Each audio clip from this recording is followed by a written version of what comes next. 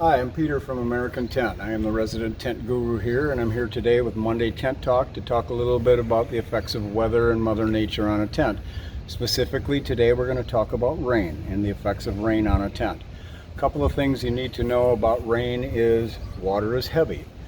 It's not designed to accumulate on top of a tent, and when it does, it creates a situation called ponding.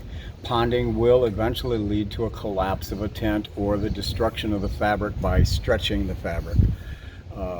Ways to eliminate ponding on a tent are numerous. Most of them have to do with proper setup. What I mean by proper setup is that the web guides right here are tensioned correctly, nice and tight. They are attached to the stake all the way driven into the ground, and then coming in here to the side pole resting on a pole pad or a mud block.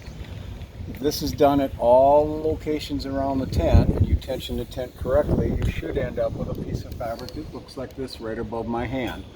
Perfectly flat, sheds water, no way that it can accumulate water.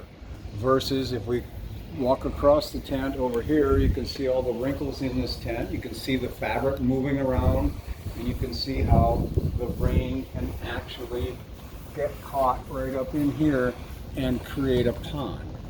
This pond here will eventually stretch the fabric, or it will create so much weight here that it could pull the stake out of the ground. It could make the pole sink into the ground if you don't have a proper pole pad underneath it. So ponding, it's an issue of correct setup. No tent should ever have a water ponding problem if they are set up correctly, tensioned correctly, staked correctly, and have mud blocks at every pole.